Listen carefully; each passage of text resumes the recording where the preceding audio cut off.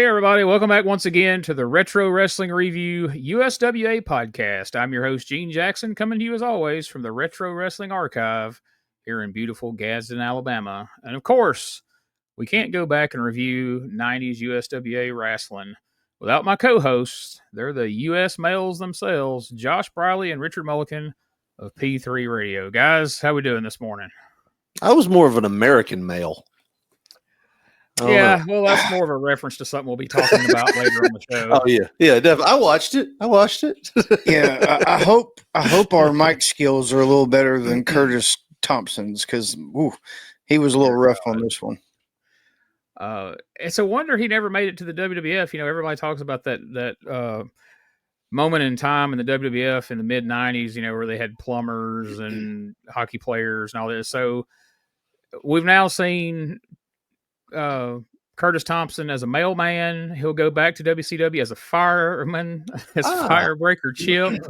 So it's almost like he was just trying to find some kind of everyday job that would get him a job with Vince McMahon. But unfortunately, none of those panned out. But it all started with the mail. I was thinking that was Firebreaker Chip, and then the mail caught fire, right? Yeah, because caught a fire. When I saw him, I immediately started Googling his name to see. I was like, "Is that Firebreaker Chip?" You know, like I remember Firebreaker Chip, and then that immediately made me remember the Mick Foley book where he talked about DDP choking him out in a fight. So I was like, oh, okay. I know, random stuff. But yeah, Firebreaker Chip. I like Firebreaker Chip. Well, you know, he definitely had the physique that Vince was looking for. He didn't quite probably have the height that he was looking for, but goddamn, this promo sure didn't do him any favors. We'll talk about that a little bit more when we get there. Before we go in, I want to remind everybody that our good buddy, the Spellbinder, is going to be doing a live show with me this Thursday night, 8 p.m. Central Time. 9 p.m. Eastern. Going to be picking up where we left off with our last interview.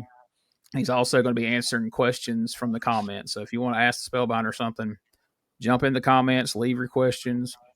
We'll make sure he answers it. And also, we want to mention Rush Figures is putting out another figure of Spellbinder. This one of their mini masters, one of the little small figures along the lines of the micro brawlers, I guess you would say. And so go to rushfigures.com. Pick one of those up, help support our friend Del Rios, the Spellbinder. Also, I want to remind everybody, check out EPWWrestlingMS.com for everything to do with EPW Wrestling. I mean, it's great going back watching the old stuff we do. But if you want to watch something current that isn't WWE or AEW, check out EPWWrestlingMS.com. So, all right. Guys, this is episode number 63 of the Retro Wrestling Review, and today we are reviewing the USWA episode from January 19th, 1991. Now, I'll say on the front end, I don't know if this was overall a condensed show. Maybe if there's, sometimes there were ball games or tennis tournaments or some crap on NBC that would cause the USWA show to run short, but I think it's just a matter of this video just got cut off, and I've been searching for a week. Nobody had the full episode that I could get in touch with. So we're going to have to just review what we got here, but we've got, there's quite a bit to talk about here nonetheless, even if we don't have the full episode. Yeah. And did this one have commercials? I can't even remember. No. So really it was probably more, like closer to an hour. Yeah. Because we got 34 minutes and it cut off right as Stan Lane was just making an awesome promo, and I had to rewind and just make sure because it flicked over to the next one in the playlist. I was like, "Son of a bitch, what happened?" And sure enough, it cut off right there. But I feel like we're closer to 60, and I think we were like we talked about earlier. I think as much stuff that was packed in, it felt like this was supposed to be a shorter show. Yeah. There wasn't a lot of time wasting. There wasn't a lot. Normally, you can see things, and we usually point it out here where we're just stretching for time. We're stretching for time, and this it seemed like they had an agenda. Like, all right, we got to get this in. We got to get this in. So, I'm sure we lost, at least probably 10 or 15 minutes, but I don't think we lost as much as you think when you look at that runtime on the YouTube video. But you can go check that out on YouTube at youtube.com/@Retro Wrestling Archive. Every episode from 1991 is there. So if you want to follow these along and watch them before or after the show, we certainly invite you to do so. And at this show, at the very beginning, one of the first things we see is this kid dressed up like Jerry the King Lawler that looks like they are being held there against their will, like there's a gun in their back going, wave at the camera. Look at, I mean, where's that awkward. Where's that poor boy's thumb? I don't see a thumb. Either that or he's doing that thing that, they do now to like the kids know to do to signal for help. It's that little thing where you put your thumb inside your hand and close your hand. I think he's just a little shy kid that he probably got joy of wearing that in his living room watching wrestling, but they're like, so we're going to do this live on TV5, and he's like, holy shit, I didn't even work out. I didn't work out. He's like 4. Little pecs. Yeah. What the hell's wrong with him? But dude, I would have killed for that setup at this point in time. I was 8 years old. He had the crown, the crowns on the cape, the little singlet and everything looked like Lawler's. Yeah, I would have killed to have that beating up a wrestling buddy in my living room. So the first thing I thought about was I used to work at a school here in Jackson, and the music teacher grew up in Memphis. And when she found out I was a wrestler back then, she told me about a friend of the show that went to school with her that liked to come to career day in full Jerry Lawler outfit. And he later on did the same thing on Memphis TV when he was Mr. Personality. So all I thought was, is that Derek? I was like, no, that's unless he aged a lot in that like next 2 or 3 years. What's that that thing? What's no, that's where you don't have hair. That's where you don't have hair. What's the disease I'm looking for? Ages a lot. Or he's that little dude's probably like progeria. 30. There you go. Progeria and alopecia.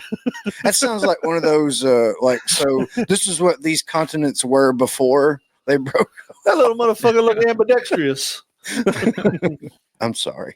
We know it's not Derek King because he's not grinning from ear to ear, because Derek King, even if he would have been nervous and awkward, even if Derek King is trapped in a Boston crab being bitten too, he's still smiling from ear to ear. You can see his teeth from any angle of the building. It used to kill me about Derek. Like, first few times I saw him wrestle, they're just beating the hell out of him, and he's smiling the entire time, which I think was a constant battle for people saying to Derek, stop smiling. Good catch there. I didn't think about that, but yeah, I can definitely see. Well, actually, this kid's more decked out for their King version than Derek was when he did it on Power Pro years later. So he could have borrowed some of this. I feel a funny post coming on Facebook this week.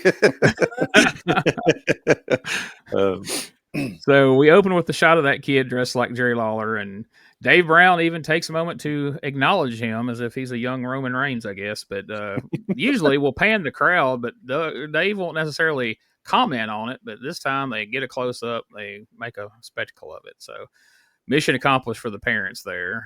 And we go to a recap of last week's betrayal of Jerry Lawler by those damn Fabulous Ones.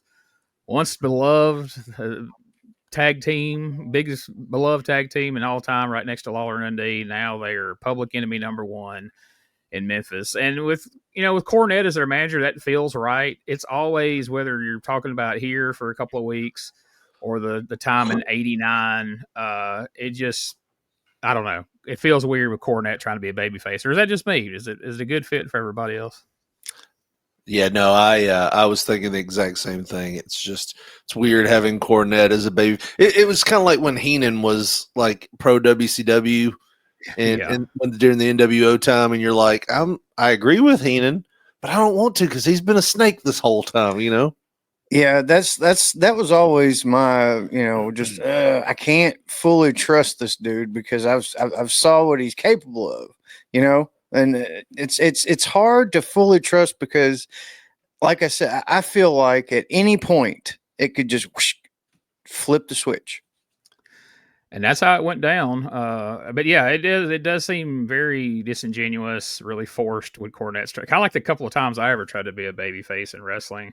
It's just like, that's not who this guy is. But we go back, we take a look at the heinous attack on poor old Lawler. And like you said, you felt like he could turn at any time. That's exactly how it played out. He comes out there, he's going to watch Lawler's back. Lawler gets 4 words into his promo and whack. I mean, he cracks him with that tennis racket as hard as I've ever seen anybody get hit with the tennis racket. And they spike pile drive him on the floor. And you think, oh, pile driver, spike pile driver on the floor. Lawler's out for a while. No, he was out for about 3 segments, and he was back to swear revenge on the Fabs.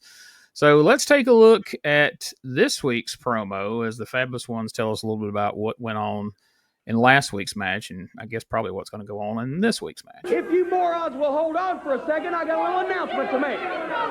You see, Jeff Jarrett is the new Southern Heavyweight Champion. And as such, he's one of the top 2 contenders for the World Heavyweight title, the other one being Jerry the King Lawler. Now, we already got finished with Eddie Gilbert. We collected 50 grand on him. That opened up that spot which Jeff filled. So Terry Funk informs me that in addition to the $50,000 being out on Jerry Lawler, there's now $50,000 out on Jeff Jarrett. And brother, that's right up our alley, because Jeff Jarrett, you little stinking suicide blonde, died by his own hands.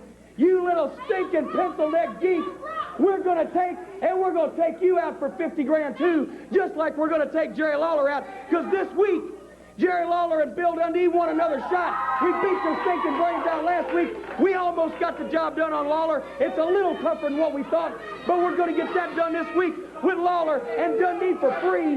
Just, he's got kind of like one of those little trial sizes.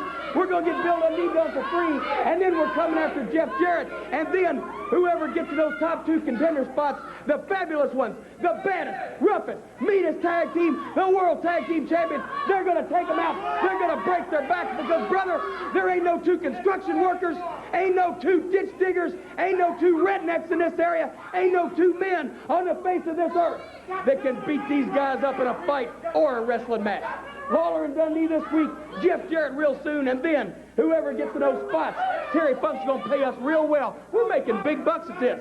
This is better than the lottery. Dave, we got a couple of guys to beat up. Look at these 2, the Bobsey twins. We got a couple of guys. Drop on these 2 guys and a couple of Scud missiles.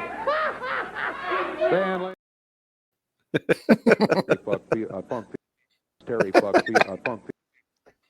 So Cornette is helping establish this Terry Funk storyline that we started last week, where all these bounties that have been going on that we thought was Lawler and Eddie Gilbert putting back and forth on each other, it was actually the unified champion Terry Funk that's putting out these bounties because he wants to get rid of the top 2 contenders. And now that Eddie Gilbert's gone, and now that Jeff Jarrett has won that Southern Heavyweight title tournament last week, now Jeff Jarrett has a $50,000 bounty on his head from Terry Funk. And, I think it's a pretty clever way to keep Terry's name in the mix, because obviously he's not going to come to Memphis every week, but we put the title on him. So this is a way to keep putting heat on Terry Funk, keep him in the middle of these angles, but he doesn't have to be here. He doesn't even necessarily have to send in promos at this point. So pretty good stuff, I think. Just send that $50,000 a week, baby. You're in. No, I thought it was actually funny. And Josh, you can go ahead with your point, because I had something a little off kilter to say. Well, no, I was just going to say that, looking back, it's kind of disheartening in a way that Cornette, the one that, you almost know that this is not permanent. Like, Cornette's not going to be in Memphis forever. This is everybody knew he got fired. You know what I mean? Like, or he quit or whatever it was right after Halloween Havoc, in 1990. So, like, he's going to do something else. That's a given. And he's the only one talking about Terry Funk, it seems like. Like, Dave he briefly mentioned him whenever he was reading off the Monday night card, I think a week or 2 before. And that was it. It's like nobody else is talking about it. So maybe King mentioned him once, but like, I don't know. I feel like if he's the champion and they're trying to really get this over as like a national promotion, because I think they're trying at this point. to be national. That's why they're doing all this shit. It just seems like he should have more mention, a video package, something. I agree, but I don't know. Maybe they decided after last week's ordeal that Jim Cornette's the only one allowed to say his name because he'll say it so fast you won't be able to catch the difference between fucking font. I'm sure Dave Brown was told he couldn't say it for a while. I do like the fact that when Cornette and them were coming out, Dave Brown goes, well, Jim Cornette wears some pretty fucking ugly suits, but damn, this one is the motherfucking ugliest suit I've ever seen. Like, he roasted him immediately. Yeah. I'm like, damn, that didn't feel like I felt personal. I didn't even feel like there was no subtlety. A lot of times Dave's digs have a little bit of subtlety to them, but this was more like something Lawler would have said, like, look at this piece of shit coming out here like a dress like this. Fucking idiot. It was like somebody told, it was like probably Lawler told him, he's like, you got to talk about the suit. And Dave couldn't think of anything negative to say because he's Dave Brown. So he like panicked, and that was the first, look at this ugly suit. It's like, it didn't feel right. It didn't feel Dave Brown-esque. I hope he has cataracts because goddamn, that is awful. Well, I mean, if you take a look, if you're watching the video of this, he's got a point. That is a pretty awful suit that Cornette has on, but that's kind of his gimmick. But I have noticed so far, and which I say this, they'll probably come out next week or out the opposite, but I do see that I think it's probably a good call that in the 90s here, as we're slowly creeping into the 90s, that the Fabs go with the assless chaps instead of the tuxedo coats and top hats and ties like they used to wear back in the 80s, because that would look really odd at this point. Really highlights the dick and balls on them, doesn't it? That's what me and Josh were talking about. And their snakeskin tights. It's like a cobra's trying to get out of there. That's the way Richard feels. Like Stan's Cobra. I guess there's your little insight, folks, into what they talk about when the video's playing. They're like BT. They're constantly on hog watch. No, that's what we were talking about legit, because at first it was a wide pan shot with Cornette doing the promo. And then Richard's like, boy, those assless chaps, that's really, got you hawking on it. Yeah. And it puts parentheses around the dick. Whenever he starts talking about it, that's when the cameraman slowly pans into Cornette's face. It's like, cameraman couldn't even take it. He's like, God, this is distracting. It's winking at me. One of the only times I've ever been left speechless on a promo, and I've very rarely ever done that. There was a guy at Pro South called Waylon Rhodes. I don't know if he was supposed to be a distant relative of Dusty, but he's a guy named Rhodes in a cowboy outfit. So anyway, he comes out there and he's got his chaps on and all that. And I was the big heel manager at the time, so I cut what I considered to be a pretty good promo on him. And right at the end, I make mention of his assless chaps. He takes 2 steps towards me, puts his fingers right in my face. He goes, Gene Jackson, let me tell you something. All chaps are assless. And that's all he said, but I had no comeback to that, because as I was running through my head, I'm like, well, yeah, why do people make the distinction of assless chaps? Because all chaps are assless. At that point, they're just leather pants. Exactly. They're just leather pants. But I don't know. I really didn't even have a comeback. I was just nodded my head and took a couple steps back and got out of the ring. We got to the back. He's like, yeah, I figured you're going to fire up on me. I was like, I didn't really have a response to that, because you were absolutely right. All chaps are asses. What are you supposed to wear? Because if you were wearing straight up leather pants, you would have looked gayer than the gay cowboy gimmick. So what are chaps? Gay cowboy. Not that there's anything wrong with that. Yeah, but I mean, technically all cowboys are, aren't they? I mean, I never watched that movie, but I've heard the gory details. Yeah. What are chaps for, anyways? I'm like, I know we're getting off in the weeds, but what the fuck are they for? Your legs would be on the horse, up against the horse, and I guess all that friction might chafe It's you. for cowboying. It's for cowboying around, and so when you're riding that barbed wire fence, it don't cut your leg if you get a little too close. It just gets you assless chaps. I don't have a clue. It's what for when for. you body scissor a feller after a hard day's work, he can't bust loose. When you said scissor, I was thinking something totally different. It's weird when your legs touch. I heard a podcaster one time trying to talk about the Sid and Arn thing, and they're like, yeah, back when Sid scissored Arn. I'm like, you got to throw that word stab in there because that brings a whole different mental image if you just say Sid Vicious scissored Arn Anderson. Is that the best you can do? Scissor it. But I'm going to put a pillow over my crotch because I'm getting bricked up over here. Sid just aggressively screaming at you. Yeah, that's the only way I can. That's the only thing I do. I play that on MP3 playback is Sid's promos. You know, some people have jazz tunes. If you picture Sid in those promos, red face, the vein coming out of his neck, and then those TBS promos, Arn, where he's just sweating and his glasses are fogging up, and then put that description together. Oh, and then you finish it off with him covered in the shaving cream. Yes. R.I.P. By the way. We're live, pal. Anyway, so the Fabs go to the ring, and they're taking on Jerry Lynn and Chris Michaels. And Dave points out this is a non-title match. And then Cornette gets a little cocky and says, fuck it, let's make it a title match. So they say it is a title match. Brilliant. I mean, you know, I'm sure he knows the ending anyway. What's the harm, right? So, yeah.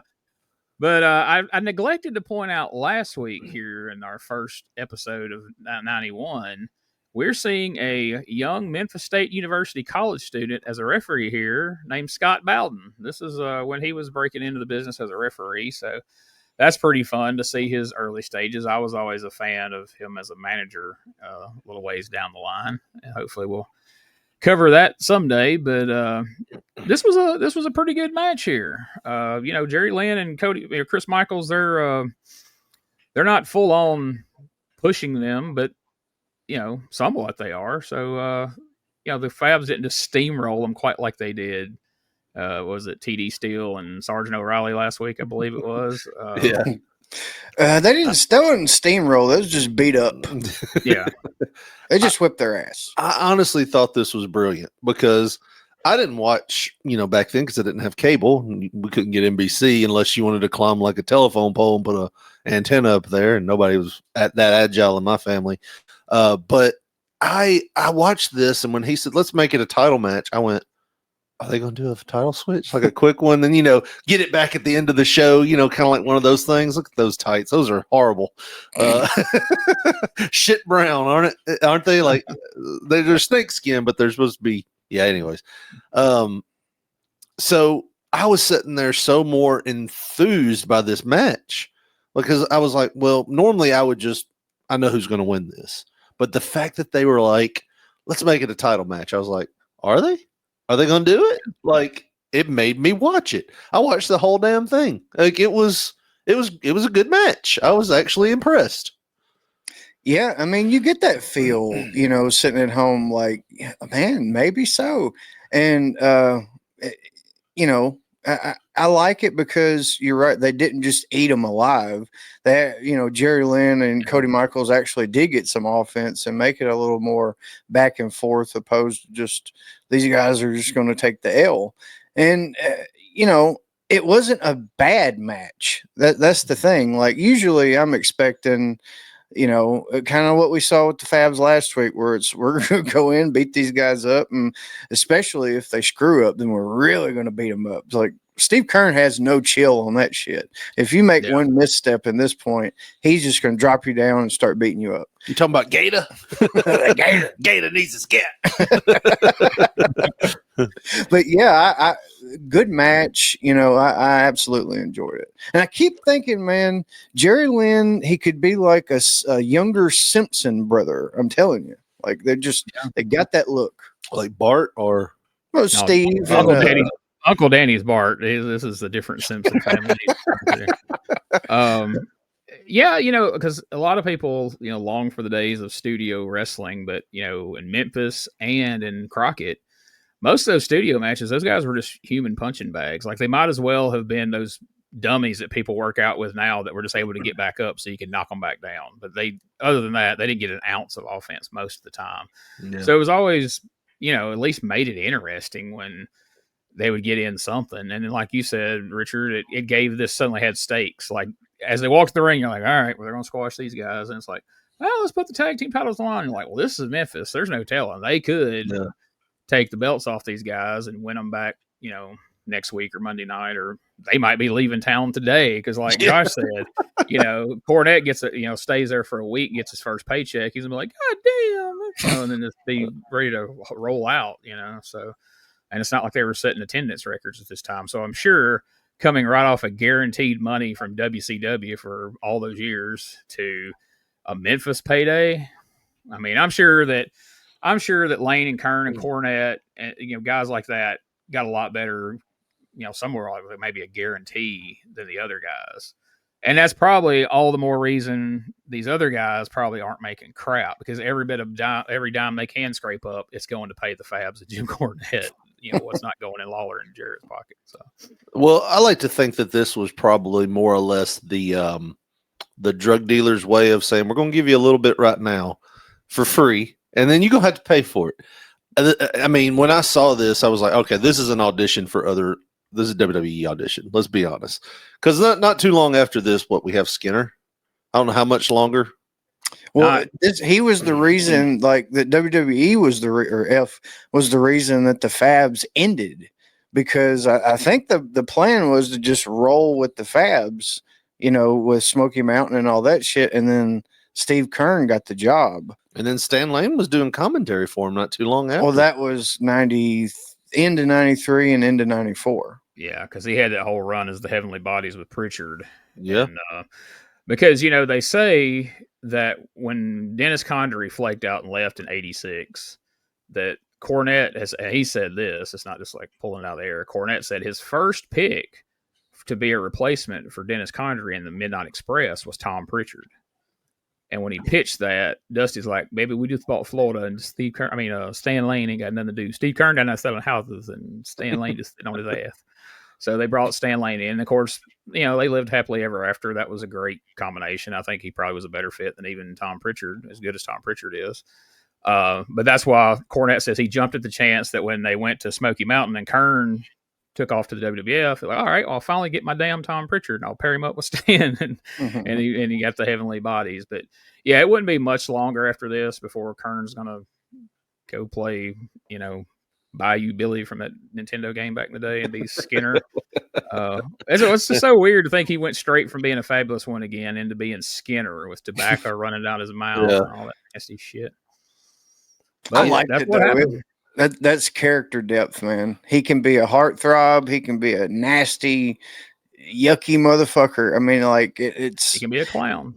Yeah, and I've never really looked at Steve Kern in that way, but when you break it down, it's like, God damn, this motherfucker does have depth. In what way? I want to isolate that. Talking about the gay cowboys.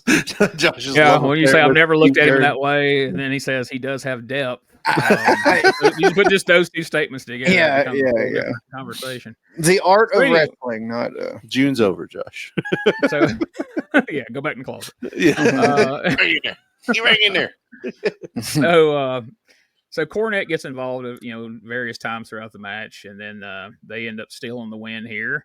And that's not enough, of course. In Memphis, 9 times out of 10, the heels are going to get their post-match heat. So they continue to beat on Michaels and Lynn. They're using the tennis rackets. And suddenly, here comes Jerry Lawler out to make the save. And if you're watching the video, I'm not going to spoil what he's got in his hand. We'll talk about it on the other side. But check out this run-in from Jerry Lawler. We've talked about how they just grab whatever they can find back there in the back room of the studio. I can't believe he grabbed this. He's got a garbage can to kind of even things up. It's a coffee maker, iced tea dispenser is what that is. He just grabbed something apparently to come in and help out, and it did get rid of the Fabulous Ones and Jimmy Cornette, who do have the victory again in a little over 6 minutes. But I got to tell you, Cody Michaels and Jerry Lynn gave a great account of themselves. And it took not only the Fabulous Ones, but Jimmy Cornette and the tennis racket to finally wrap it up and give the Fabulous Ones their... The tea dispenser, the freaking iced tea dispenser. Comes out brandishing that as a weapon, and both Fabs and Cornette, who's got a tennis racket, flee like he had a gun. You've been hit with hot iced tea, Gene. He's gonna steam the shit out of him. Steve is like, God damn, he's gonna hit us with that spigot in. Cornette's like, I don't want to smell like tea all the way back to Louisville. Go ahead. You know, somebody was pissed back there if that thing was full and Lawler just like poured it in the sink and then ran out with it. It's like, what the fuck we supposed to drink now, Jerry? I pictured that like some lady had just dumped it and cleaned it and was getting ready to fill it back up, and she was over there making the tea. And Lawler's like having to run in. He looks around. He just grabs that empty tea thing and runs out the curtain. Everyone's like, "What the hell are you doing?" Yes. This is a TV studio too. Why do they have a big ass, 2-gallon jug for tea? Anyway, Brooksy's Barn catered like that Friday. It was just left over. Yeah, come and pick it up Monday. But here's the thing that really got me on this. Dave Brown is trying his best to sell this as like something threatening at first. He's like, he comes in there with a trash can and then he just starts belly laughing. He's like, it's a coffee. It's a tea thing. Iced tea or machine or whatever you call it. Yeah. It's like, dude, I'd have stuck with garbage can and hope people didn't notice that that's what it actually was. Of course, then they got a good shot where you could read iced sweet tea on the front of it there for a brief moment. Like, but they have come out here with some odd shit over the years that they just snatched up in the backstage of the TV studio. This whole show was packed with, oh my God, WTF moments where I finally had to stop texting you guys because I was like, I'm ruining it for Josh because he hadn't seen it yet. And I'm like, Gene's already seen it, so he knows. But I don't want to but there are so many things in this show that I'm like, what the fuck? Like, what the hell? Like, what are we doing? This is hilarious. Good stuff, but funny. Yeah, more notable stuff in this 30 minutes than some of the 90-minute shows we've watched in the past. Definitely, I agree with that 100%. So then we come back to footage of Jeff Jarrett winning the Southern Heavyweight title tournament, defeating Brian Lee, despite interference from Bruno. But he gets it done, and he's now officially one of the top contenders for Terry Funk's world title, which means he now has $50,000 target on his pretty little head. So Bruno's not happy about it.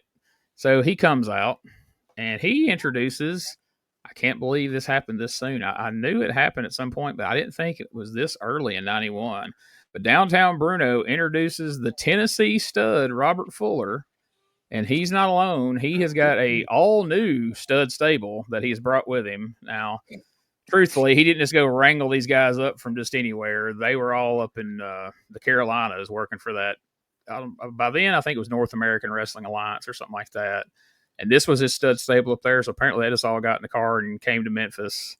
And so he's about to introduce us to the Pit Bulldogs, Rabid Rex, and Psychotic Spike. And now I understand why when they ended up in ECW, why Paul Heyman just called them Pitbull 1 and Pitbull 2. Jesus Christ. Rabid Rex and Psychotic Spike. And then they are joined by the wrestling mailman himself, the U.S. Mail, Chip the Firebreaker later on. Of course, like you said, Curtis Thompson.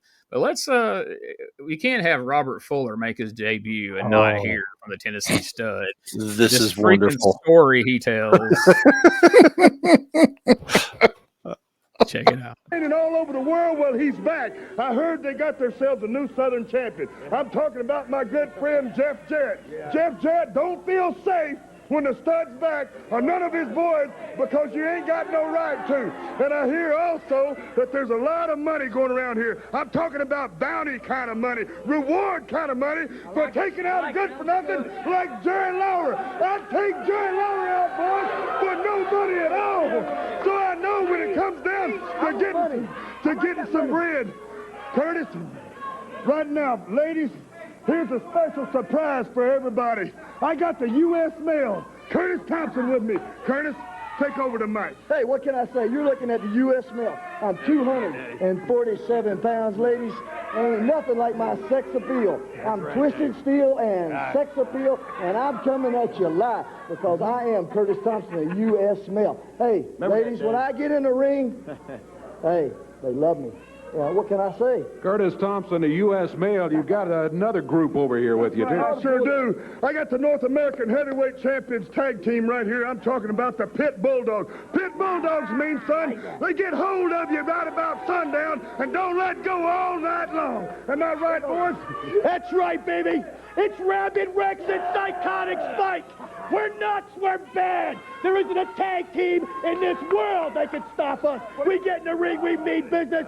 And losing is not in our vocabulary, baby. And what do we also have here is a combination of size, speed, and strength. And we're going to show everyone out there in Tennessee what it's all about. To come from the north and kick some butt. Yeah. You know, now, boys, I'd like to gather you all around just real quick. I don't want to take up a lot of wrestling time, but I'd like to tell you a little story I know you're all going to enjoy. I went home the other night, got out of my car, my old dog come running up to the car there. There's a moral to this story, by the way.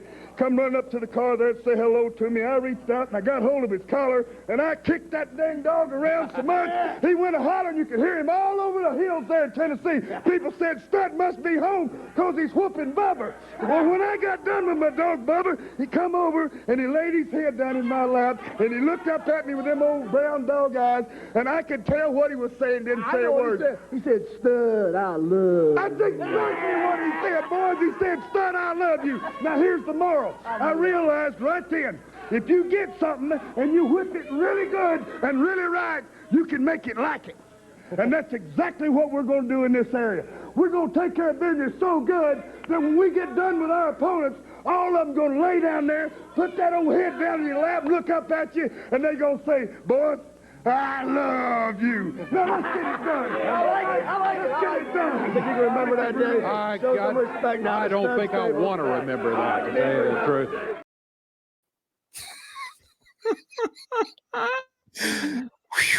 Man. First of all, I'm pretty sure my mailman could cut a better wrestling promo than Curtis Thompson. Jeez.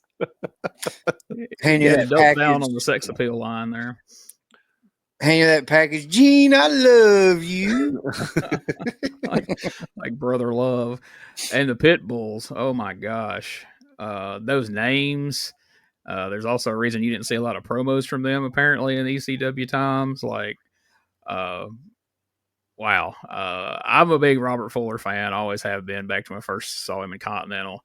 So when I saw Fuller coming out, I was excited. Then I got to see who he was surrounded by, and I was like, yikes, this is what he's got to work with. But he still managed to make it entertaining. What the fuck was that story?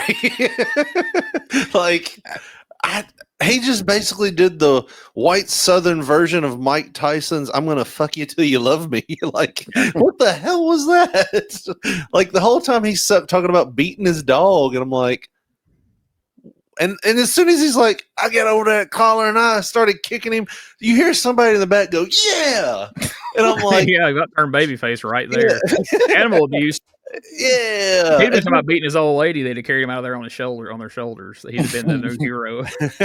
What makes this even worse is his tag team is called the Pit Bulldogs. It's like, I whipped the shit out of that dog, and oh, this is my Pit Bulldogs, right here. And Josh even pointed this out during that video. You have the mailman and the Bulldogs. It's like a mailman's worst nightmare. Yeah. There's so many contradictions in this stable. It's not even funny. Like every bit of it contradicts itself. Yeah, that's a very good point. A Pit Bulldog and a mailman shouldn't mix, but here they are together in harmony because they've got the perfect mix of size, speed, and strength. Okay. I thought you were going somewhere else with that. We will go there. And the whole time I'm hearing Robert Fuller talk, I'm thinking, how many women have heard this same speech as he's about to bed them down from 14 feet away? Sure, once he drops the jump rope out, nobody's listening to him talk about it. Yeah. I'm going to hurt you, and I'm going to make you like it. Stud, I love you. He's just baby oil all over his head. This raises an interesting question. I guess I'd have to do some research to see, but do we ever remember seeing Robert Fuller and Burt Prentice in the same territory at the same time? Because I feel like Just let me see it, honey. Just show it to me one time. I won't take it unless you want me to. Well, I ain't that way, but I'm gonna let you know something. I gotta shower good after a match now. I think we just figured out who our next phone call is going to be from. But anyway, but yeah, I mean, yeah, if you didn't get it, it was the moral of the story was if you beat on something enough, eventually it'll like it. That's what he explained it at the end. So pretty straightforward. But make sure you share that with everybody you meet this week. That fun story and that moral that you beat something enough, eventually it'll like it. Tell that to enough people, and HR will want to hear the story. Exactly. Who's this Robert Fuller guy you speak of? We need to see him. Well, he's an 80s wrestler with a huge dick. He always knows what he's talking about. He was unloading a python before Jake was even in the business. Wouldn't that be something? Put him in a sleeper hold and then pull that thing out. Let it start slithering around. Anyway, the Bulldogs go to the ring, and they've got a matchup this week against TD Steele and Uncle Danny. So this brings about a good point that we hadn't touched on yet, and I kind of remember this now. So in 91, I don't remember how long this rocked on, but they got in this weird habit of pairing enhancement guys with wrestlers they actually push, because you'll see some more of this. I've seen some shows recent to this, and back when I was making sure this is what I wanted us to do, I was like going through just looking at some random shows, and you'll see this where like Danny Davis and TD Steele, and you'll have like Sergeant O'Reilly teaming up with a push tag team, and it's kind of weird. Like I understand the maybe the reasoning behind it is because Danny can get in, he can get some stuff in. But ultimately, they can beat the hell out of TD Steele and pin him. But does it not kind of diminish Uncle Danny's reputation to be teaming with TD Steele? When I first saw this, I was like, did my grandmother put this tag team together? Put in there with TD Steele where he belongs. Looking like race to see who can get pinned first. Looking like a Timu Sting in there. Okay. Man, this is the team he deserves right here. They need to go ahead and take that loss. They just need to be called light lookers. That's what they're going to be doing, looking at that. The half tan man. Yeah. TD's already tan. Well, she wouldn't say tan. But Memo she was born in like 1919, so she had some things going on with her. She's seen a lot, didn't she? I don't know why I'm still talking about her like this. It's like Memo's in third person here. I think he's stuck, Josh. I think we got Memo just don't like that Danny Davis and that other fella, but here we are. So compared to some of the other tag teams we've been seeing, even flashing forward to the 93 that we did and what we've seen so far, the Pit Bulldogs, I mean, they look, I don't know, having matching gear would have helped their look a little bit here. It looked kind of odd, but I mean, they're short, jacked up, looking like mini Steiner brothers that are jacked up on Mountain Dew and rawhide bones or something, and they dominate the match for the most part. And Bruno declares it's going to be the year of the Pit Bulldogs. We'll see about that, Bruno. But I don't know. What do you guys, after watching the match, what's your take on the 1991 version of the Pit Bulls? I liked it because, immediately my mind goes to the British Bulldogs. They had, obviously it's a, like a demolition to the Road Warriors type thing in my mind with those two tag teams. And they looked good, like the way they looked. It was like very close. And it was close in the sense of they did have the size and the speed and all that. Like they were doing things that the finish, my God, I see why TD Steele was in there, because Uncle Danny says, I'm not taking that fucking finish. I don't care what you pay me. This is a free show, and I'm not taking that son of a bitch. The beginning of 1991. Think about that. They're doing not only a power bomb, which was a fucking devastating finisher at this point, at least to me. It was like a step ahead of the pile driver, even, because Sid was destroying people a couple years before this, in Memphis. But they're doing it off of the fucking second rope, the super bomb. Like, Yeah, TD. Oh my God, he took it like a champ. He made it look great, probably because it really hurt. Did y'all catch his offense at all? It was terrible. Like, I think he was shocked that he was getting some offense called for him, and then they shut that shit down quick after they saw what it was. He's like sitting there, like he's got the arm twisted, and he's kicking him in the back. It's like, what the hell are you doing? I'm sure Danny was over in the corner going, "He's a jobber. Don't give him anything. Tag me in if you want to get bumped around."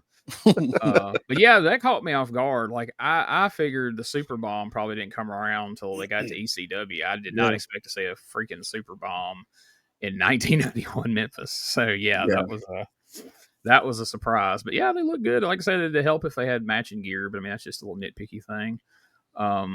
So we'll see how long they stick around because there's not a lot of stories of glory days for the Pit Bulls in Memphis. So we'll see how long they last here. But up next, they ran down the card. We'll wait till and we'll plug this in its normal spot. But I wanted to put up here on the screen if you're watching the video. Dave Brown.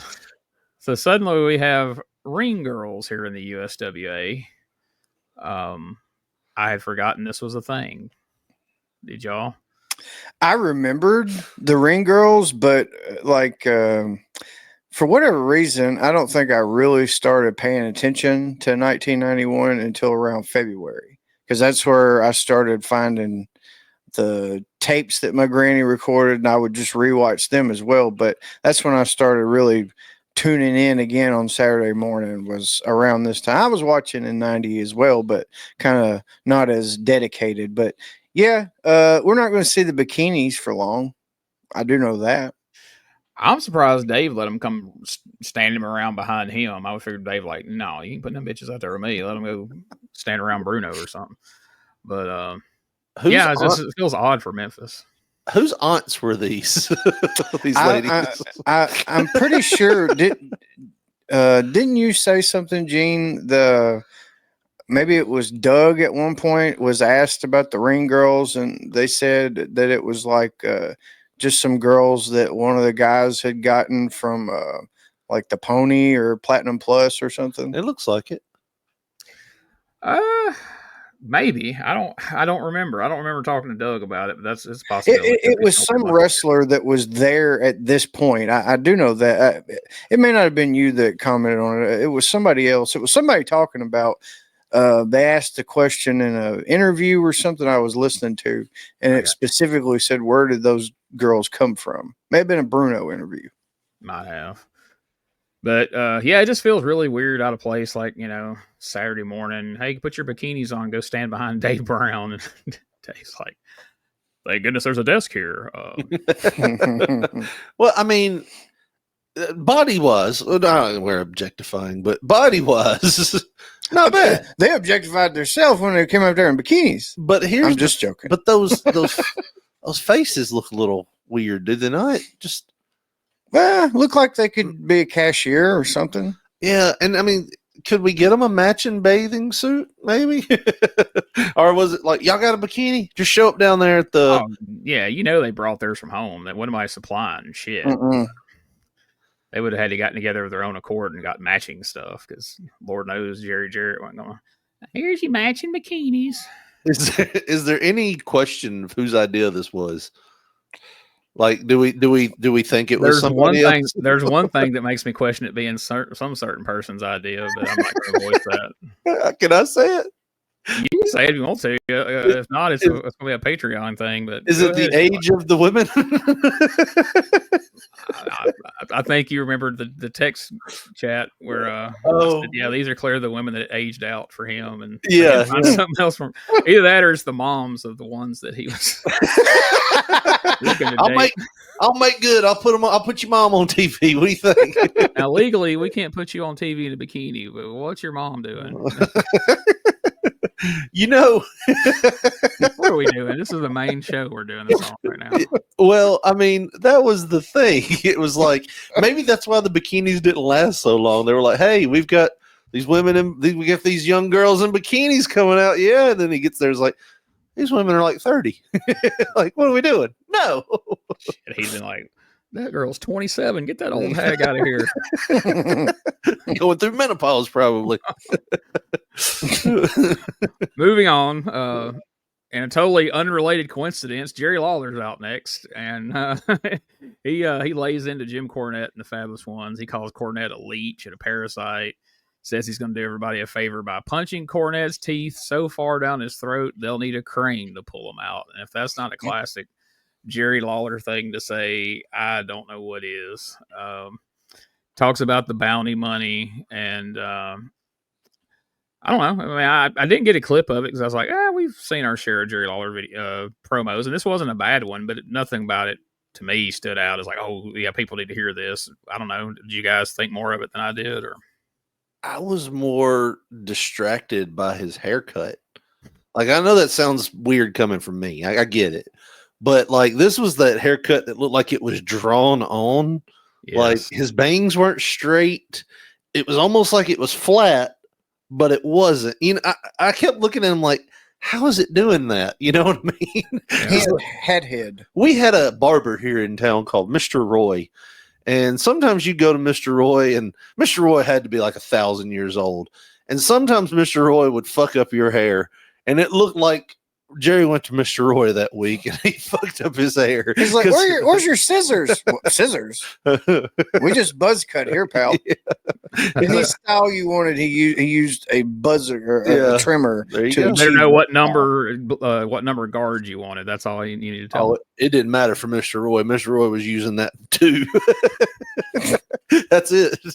You want a 4? Well, get your hippie ass out of here then. So he's like the uncle at the barbecue that actually how you want your steak cooked, but it's all getting cooked the same anyway. So you got to tell him, hey, man, I want to cut trim here. And number 2.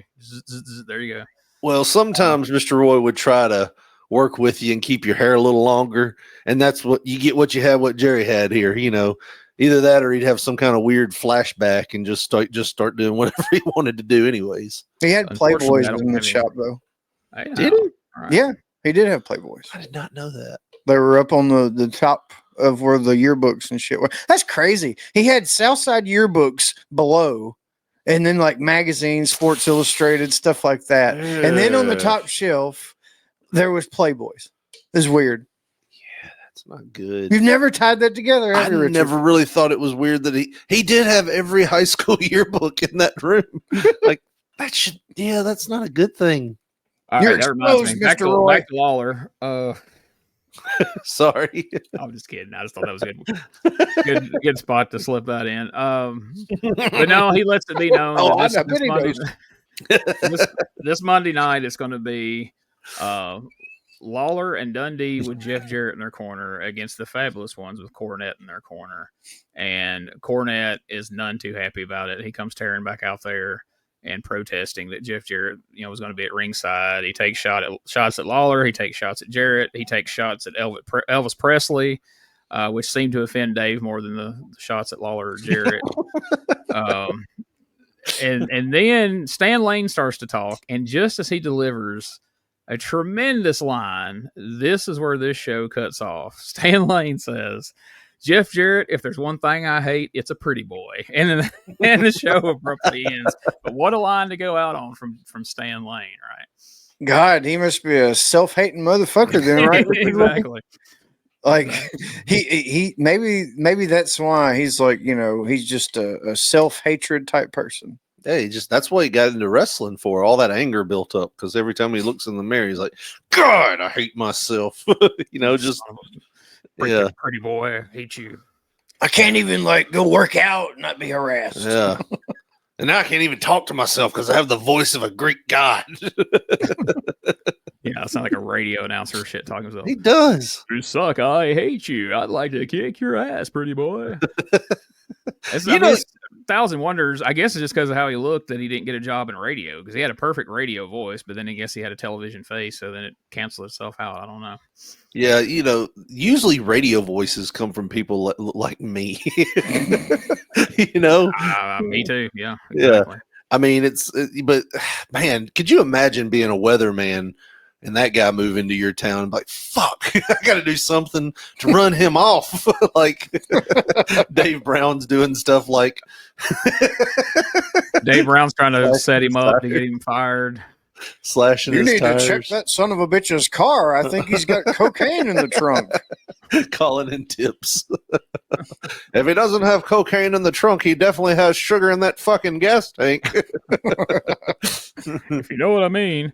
But yeah, I'm sure Dave was like, hey, you even let me hear you talk about it. It looks cloudy outside. I'll get your ass fired. I mean, right. You dare go there. Dave Brown ain't putting that hog in a Speedo and doing the weather.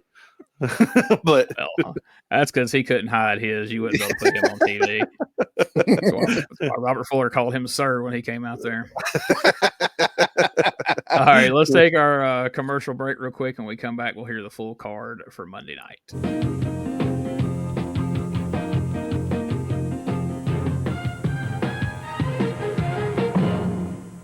Hey guys, Ray Russell here, curator of the WrestleCopia Podcast Network, inviting you guys to listen to many of the programs here as part of the WrestleCopia brand, including, but not limited to, the Wrestling Memory Grenade, currently covering the 1988 and the WWF project. You can also listen to the Regional Wrestling Podcast, where we talk the territories. You can also listen to the Wrestling Stoop with the legend himself, Bob Roop. But that's not all. You can also check out the Puro Wrestling Academy with the professor of Puroresu, Mr. Dan Ginnity. Dan and I go back in time and cover the history of Japanese professional wrestling in the English language. And you can listen to all of those shows and more, all part of the WrestleCopia Podcast Network, located over at WrestleCopia.com. That's WrestleCopia.com, and anywhere your podcast streaming needs are met.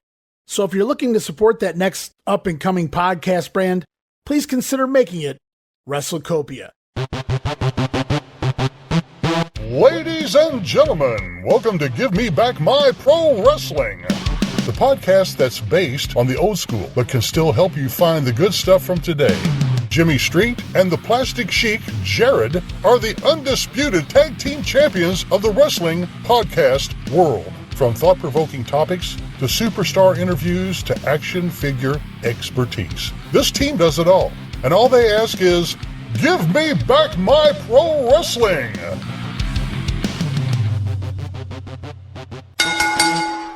Every other Thursday, wherever you listen to podcasts.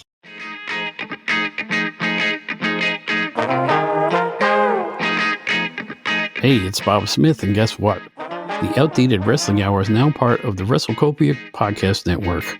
But hey, no fear, you're still going to hear the unique guests, comedy, music, authors, journalists, funny people. Who knows who's going to end up on the Outdated Wrestling Hour? Remember, it's all new and all old. So check it out in the WrestleCopia Podcast Network and wherever you get your podcasts. Listen if you know what's good for you.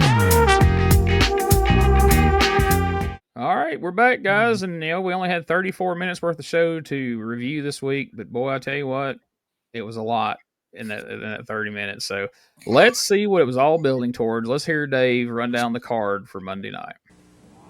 Well, we want to take just a moment here to check some of the action coming up at the Mid-South Coliseum. USWA Ring Girls, I see, headed this way. They will be at the Mid-South Coliseum. And it will not be Monday night now. You know, we're always in the habit of saying and thinking Monday night at the Mid-South Coliseum, but it is going to be Sunday night, tomorrow night at the Mid-South Coliseum. 7:30 is when it all begins there, and some great action coming up down there. Opening match of the night is going to be this one right here. Terry Garvin will be going against King Cobra. Next match, the New Kids will be going against Doug Gilbert and the Dirty White Boy. The New Kids, Brian and Tony, have really looked good in the USWA in recent weeks, and they're in tag team action at the Mid-South Coliseum tomorrow night. Following that, it's going to be a single match in which Danny Davis will be going against Awesome Kong. More about him later on today. Awesome Kong will have Reggie B. Fine in his corner. Should be an interesting single match coming up right there. Prime time, Brian Lee will then arrive in a single match to go against Chris Champion. Then, following that one, you've got those Pit Bulldogs that we just saw here, Rabid Rex and Psychotic Spike, part of the new stud stable introduced by the Tennessee stud Robert Fuller and downtown Bruno announced that he is going to be around ringside to make sure that they get a fair shake from the fans and the referees and the other wrestlers. The Pit Bulldogs will be going against Jerry Lynn and Cody Michaels in a match at the Coliseum tomorrow night. Matt Bourne will be going against Jeff Gaylord. That one should be interesting to see right there, but it's not all. The first of what could be 2 main events anywhere in the country. The Southern Heavyweight title will be on the line. Jeff Jarrett, the new champion, as we've told you earlier, he wastes no time in defending that belt, and look at the opposition. Talk about top opposition going after that Southern Heavyweight title. Robert Fuller, the Tennessee stud, has a shot at the Southern Heavyweight title held by Jeff Jarrett. That match will take place tomorrow night, too. There.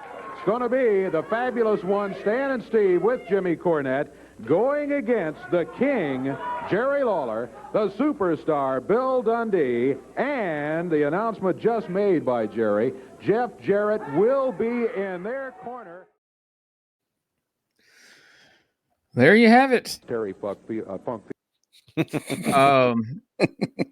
Those every time, like when they show the girls standing behind Dave, you can tell they're staring at themselves in the monitor on the other side of the room because you see their eyes. They're just looking to like, how do I look?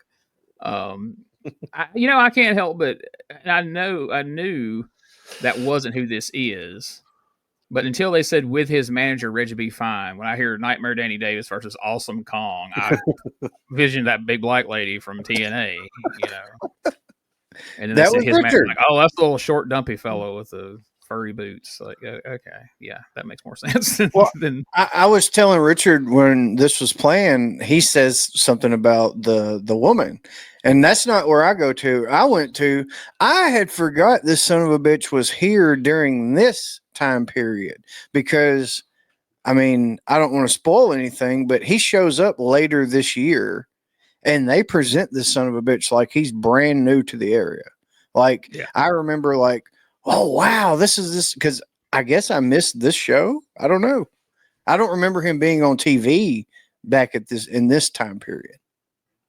Yeah, we'll have to keep an eye on for that because I don't remember him being here. I was kind of surprised when that name popped up on the card. It was like, Awesome Kong was here in early 91, but we shall see. So, yeah, I stand corrected. Dave, let it be known. It's Sunday, January 21st, 1991, Mid-South Coliseum. We have no inkling of what this drew. We don't have a attendance number or a gate.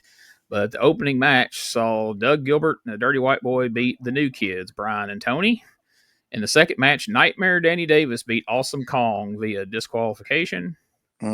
Brian Lee beat Ben Jordan. Jeff Gaylord pinned Matt Bourne. Terry Garvin pinned King Cobra. The Pit Bulls beat Jerry Lynn and Cody Michaels. The USWA Southern champ Jeff Jarrett pinned Robert Fuller.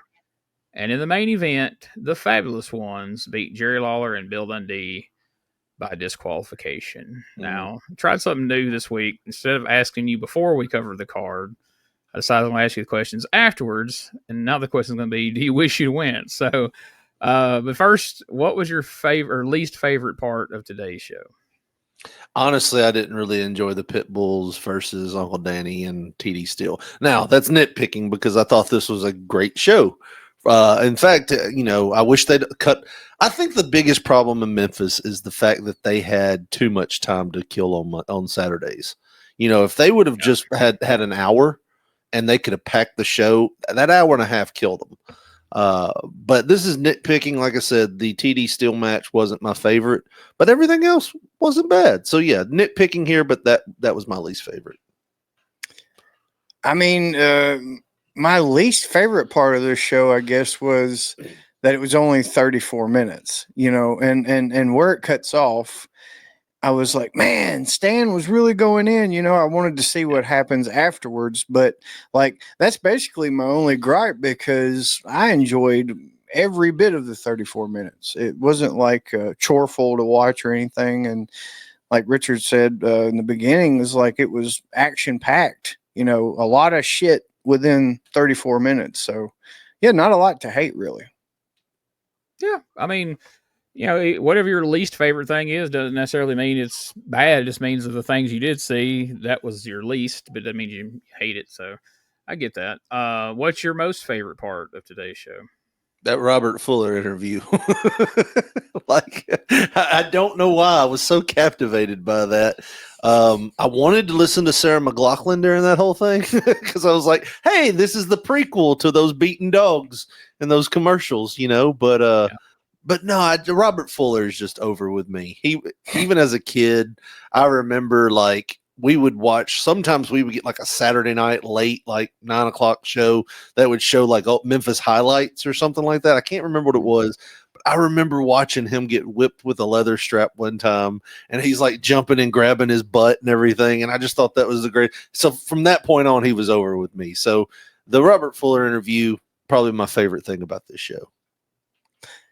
Yeah, I got to kind of have a co-main event thing going on with my favorites because, the Robert Fuller interview, he's so cartoonish and almost like a drunk uncle in a way where he's very entertaining.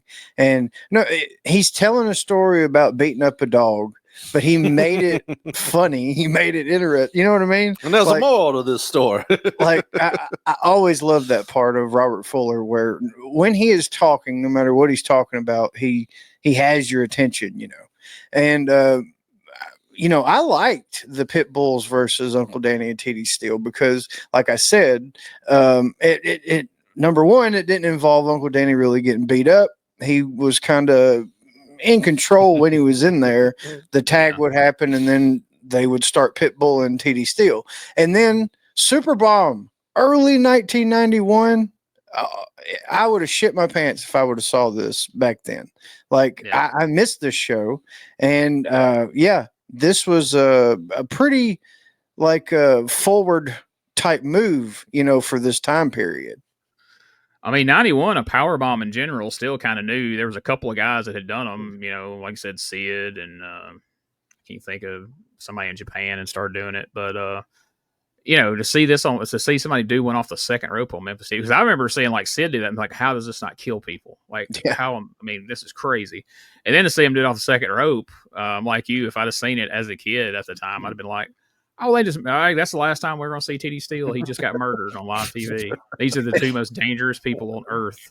But, we know better now. But, so, all right. So I'm asked this as saying I was trying something different to have you answer if you would have went. But honestly, I forgot to make a note to ask you these questions before we covered the card. So you can answer two different ways. You can say, would the TV show made you go? And then would hearing what happened make you wish you'd went had you not gone? However you want to handle that. I'm gonna be honest, probably wouldn't have went to this one. Nothing, like Josh said during the rundown of the card, didn't we see Pit Bulls and Cody Michaels and Jerry Lynn already? It's no, that blended together, but it feels like we did. We knew the outcome, what it was going to be.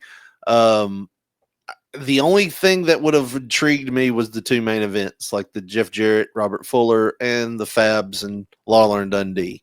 But I feel like there's more to that story, and we're on chapter 1, and I probably would have been skip this one. We'll go in 2 weeks when they're having the conclusion or their bloodier matches. That's when I'd go. But the undercard did nothing for me, so yeah, probably not. Well, I'm going to take kind of what you said a little bit. It was talking about, the story. And there's not a lot of story, at least in my mind, going on with this card. A lot of this card is just we're going to pair this guy versus this guy. There's really nothing behind it but a contest, and they haven't had anything on TV tying them together. You just read, a Jeff Gaylord match that wasn't even advertised, and then Matt Bourne, Matt Bourne was kind of a big deal just to show up on the card unannounced. It was advertised. It was advertised. Oh, really? Well, I'm sorry. I shouldn't say unannounced. I should say without being promoted on TV. Right. Yeah, you said, and Jeff Gaylord versus Matt Bourne, but neither one of them are on fucking TV. Yeah. Started watching. There's only probably 2 or 3 matches that has any tie-in from what they've been presenting on TV. Other than that, that's just some matches. So, I don't think that I would have wanted to go. because there's not a lot going on here, and I would have loved to seen Bill Dundee and Lawler versus the Fabs with the story that Lawler and the Fabs got going on, but they showed one Bill Dundee video last week and that was it. Right. They showed 3 in one show about the fabulous ones. Yeah, and you kind of know, like, when you stick Jeff Jarrett, like, when you stick another wrestler in the corner, you're usually getting some kind of screwy finish 9 times out of 10. Mm-hmm. You know you're coming back with some sort of 6-man after that. Maybe. I don't know. We'll see. But it's what it feels like to me anyway. So, yeah, I agree with all that wholeheartedly. So that's it. That's Did they kill Joey Maggs? Like, there's no mention of that. I think the audience did. Yeah, I think they honestly just beat the shit out of him, and he just died right there. Whip him back up there to Pennsylvania, or where the hell he's from. Like, that was all I was thinking. Like, where's Joey Maggs? They're not even talking about him. Like, how bad did he get whipped? I think he got whipped right out of town. It was so bad, Uncle Denny had to reset and just like start at the bottom again with TD Steele. It was like, we got to make these people forget this ever happened. Yeah, you know when you play a video game and you level up so much that it's not even, so you just go back and play it again on a slightly harder level. That's what your Uncle Denny. It's like, who can I take as a tag team partner? TD. Yeah, let's try that. You know, I'm in a challenge. They ain't whipping me with no belts. Them damn days are over. I don't know if y'all have heard, but if you hadn't, you better talk to Coco because he'll tell you. Coco won't play with that. Them damn days is over with. You bring in the damn body you want to bring because I'm gonna beat the hell out of. I don't care. That's the man that told us to pray. Exactly. Cursing on like that on the motherfucker. I always love that one for some reason. But anyway, so that's another week's worth of 1991 USWA there. And again, you think if they were having a lot of nothing happening in the biggest portion of the show, like in the past, a show that got cut short, there wouldn't be a lot to talk about. But there was way more to talk about there than some of them 90 minutes we did in 93. So that's cool, at least. That made things interesting. So I guess we are ready to wrap up this week's show, unless there's anything else you guys want to talk about. I do want to apologize for getting off in the weeds about Mr. Roy. I don't know where that came from. We need to beat this man that's been dead for 20 years. Let's beat the shit out of him. His shop, like 15 years after he died, was destroyed by a falling tree. Like, there's no legacy left. It feels bad. Although now I'm thinking it might have been a barbershop of horrors. Although somewhere there's a past customer going, he had Playboys in there? Me? I didn't know that. Maybe he used those clippers all the time to drown out the screams from the other room. Well, there's no way anybody can hear what's going on in the basement of this son of a bitch. I'd have to kill everybody. Let me get around your ears. That'd be $5. You still got the clippers. Sorry, we're doing it again. I was gonna say, I love that your apology for getting off in the weeds about your barber has turned into another diatribe about your barber. Say his name, Mr. Roy. He had a name. No, he's like Joe Hendry. He'll show up again if we say that. Oh God, I hope not. The ghost of Mr. Roy chasing you with clippers. Instead of cutting hair, I cut skin now. Well, yeah. If you want to hear more tales about their barbers and nurses and whatever else, you can check out P3 Radio, where you'll hear all kinds of fun anecdotes and stories about the different Bemis adventures you guys have. Any recent number episodes you want to plug and suggest, like, hey, if you ain't caught it yet, you might want to listen to this one. I know this week's hasn't been recorded, but well, number 417 or was it 416? The last week's episode, actually, we featured Joe Pesci. He was the singer. It's ruined Josh's life. He had a musical career before film. And dude, the album was called Little Joe Sure Can Sing. And that motherfucker can sing, dude. It has ruined my life. I'll go listen to that then. Yeah, the Gotta Get You Into My Life. It's an album of covers, essentially. But the song Gotta Get You Into My Life has been in my fucking head all week. Like, to the point of I'm going to have to shotgun this motherfucker out of my head to get it to go away. Like, I wake up in the middle of the night to go piss, and in my head, that song is playing. It's fucking crazy. We did a thing on P3 Radio a few years back talking about the song "She Don't Know She's Beautiful," and it gets stuck in a loop in your head. Like Josh said, you get up to go piss, and for whatever reason, your mind goes, "We go out to a party somewhere." And you're like, fuck, don't start this up, brain. Don't start this up. And then you lay down and it's, "She don't know she's beautiful. Though time and time I told her she don't know she's like, stop it. So that's Sammy Kershaw, right? Yeah, absolutely. Yeah. Well, at least it's not Queen of my double wide trailer stuck in your head. Well, it will be now. Thanks for that, Evil Gene. No, but Josh sent me this message midweek going, it is "She Don't Know She's Beautiful" level stuck in my head. I can't get it out. So, but here's one thing I will say about our show. We've been getting a few more responses and a few more messages about P3 Radio since we've been on your network here. So thanks again for having us on. Hopefully we don't run off people with our takes. I feel like we're just a few months away from having to come on here and apologize for something that I don't remember saying. So it's so awesome to be here. Awesome, man. I'm glad to hear. We're happy to have you on the channel, and it's good to hear that it's getting some new eyes and ears on you, because that was the intention.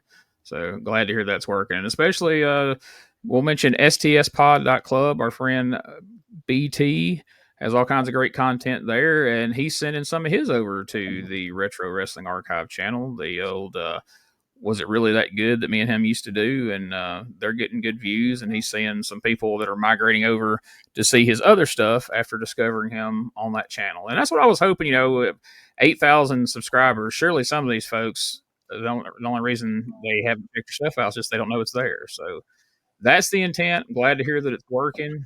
Make sure you check out WrestleCopia.com to find all of Ray Russell's other great podcasts that he offers over there. If you want to have any kind of links to do with this show, USWApodcast.com. Go check out the shirts and merch and all the social media links and everything is right there. Also, you can go to DougGilbertPodcast.com to find all the links related to Dangerous Conversations with Tommy Rich and Doug Gilbert. And you can check out, I've mixed in a couple of new shows into my feed. That's the Retro Wrestling Podcast. That I don't know. I'll do interviews sometimes. Sometimes I do reviews, and I don't know, man. It got on my mind that some people like to listen to stuff like this, like reviews and different things, but they ain't got a goddamn hour and a half to do it. So invented this little show called Memphis in Minutes, where I go back and review either a whole Memphis TV show or a particular Memphis wrestler or personality, and do it in just 10 minutes. Getting good response from it so far. We've got like 3 in on that one. And also I've brought back, Bob Anderson didn't want to join me this time around, but I brought back the old UWF Fury cast, where I review episodes of Herb Abrams' UWF. And man, every time I go a long time without seeing it, in the back of my head I think, well, it's probably not as bad as I remember. Then I'll start back watching it, and it's even worse. So but it makes for a fun show to talk about. So hope everybody checks that out as well. And that does it for another episode of the Retro Wrestling Review USWA podcast. Any last words? I was just going to say, Gene, like I checked out, and I know Richard did as well, the Memphis in Minutes. You did the newest one was Corey Macklin. You took a little dive in on him.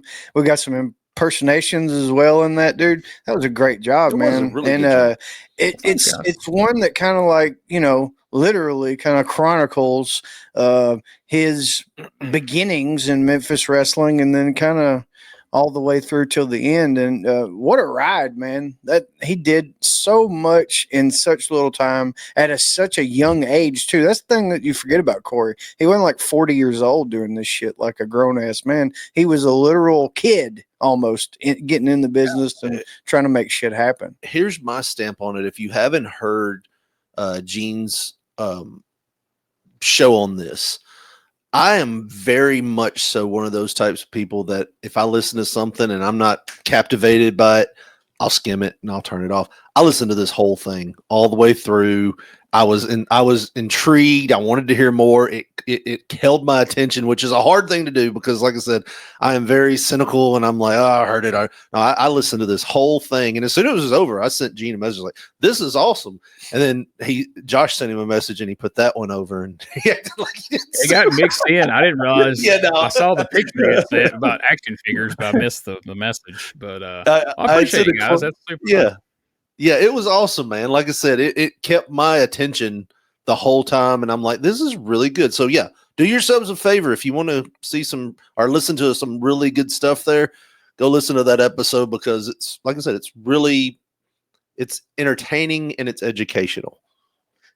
And you know what sparked that? I mean, I was already doing those reviews, but I had a couple people, they hear the impression and some of the things we allude to on the show in the past, and a guy messaged me, asked me a couple of questions about Corey's past that I said, I don't really know, man. I need to look into that. So I started doing a little bit of research on Corey, and there was a lot of stuff that I didn't have any clue about. And I was like, well, other people might find this interesting too. And so I was like, well, I wonder if I could cram that into 10 minutes and do it as one of these shows. So, and I don't dig deep in the detail. Maybe some point in the future, I might do a longer podcast for Patreon or something and dig, get more in the weeds on the different aspects. I try to touch on everything from his career, but the man lived an interesting life, and yeah, I was definitely absolutely shocked to hear that as a teenager he was already a manager of at a radio station and doing all these things that he did. And you can say what you want about Corey, you can not like the guy, maybe you've had bad experiences with him or heard bad things, and most of it's probably true, but you cannot deny the guy's hustle. I mean, yeah. From the time he was a teenager till the time he passed away, Corey was always up to something, making something happen. So yeah, I appreciate you guys putting that over, and I appreciate people going and giving it a listen, and let me know what you think, and then kind of steer me towards. I'm kind of leaning towards. I've got more shows to review. I was telling you guys yesterday in the chat, I'm maybe going to do like one of those a month, and I'm thinking my next one's going to be Jeff Gaylord. I've already started. That's what I was going to ask. I was going to ask you, hey, you should do Jeff Gaylord next. Yeah, I started that research yesterday, so we'll get to work on that. Hey, you've already got 10 minutes worth from 93, right? He chronicles his entire childhood up until his NFL career. So, you start there. Yeah. Well, I got a hold of that interview that our Patreon told us about. And so I was watching that yesterday, and it's actually on the Patreon page if people want to listen to it. And if you guys are interested, let me know. I'll get it to you in some form or fashion. All right. Well, I guess that's enough putting ourselves over for this week. And we'll be back next week to cover the next week in 1991 of USWA. Hopefully we'll have a full episode this time as far as the show goes. And let's hope it's as good as the one today, and we're not twiddling our thumbs trying to make something up to talk about. But you mean Mr. Roy was twiddling our thumbs? Hopefully maybe we can hear about your dentist next week or something. The size of those hands. Dr. Reed, he was an asshole. Hey, let me tell you something. Bill Andrews has hands. His fingers are like Andre the Giant's. You asked for this, Gene. You asked for this. Whenever you go to Mr. Andrews for a teeth cleaning, your jaws hurt for like 2 weeks because he's digging in there with them big old hot dogs. He should have been a fucking masseuse with those hands. Sorry, Gene. Listen to P3 Radio to hear the rest of the story. We'll see you next week right here on the Retro Wrestling Review USWA podcast.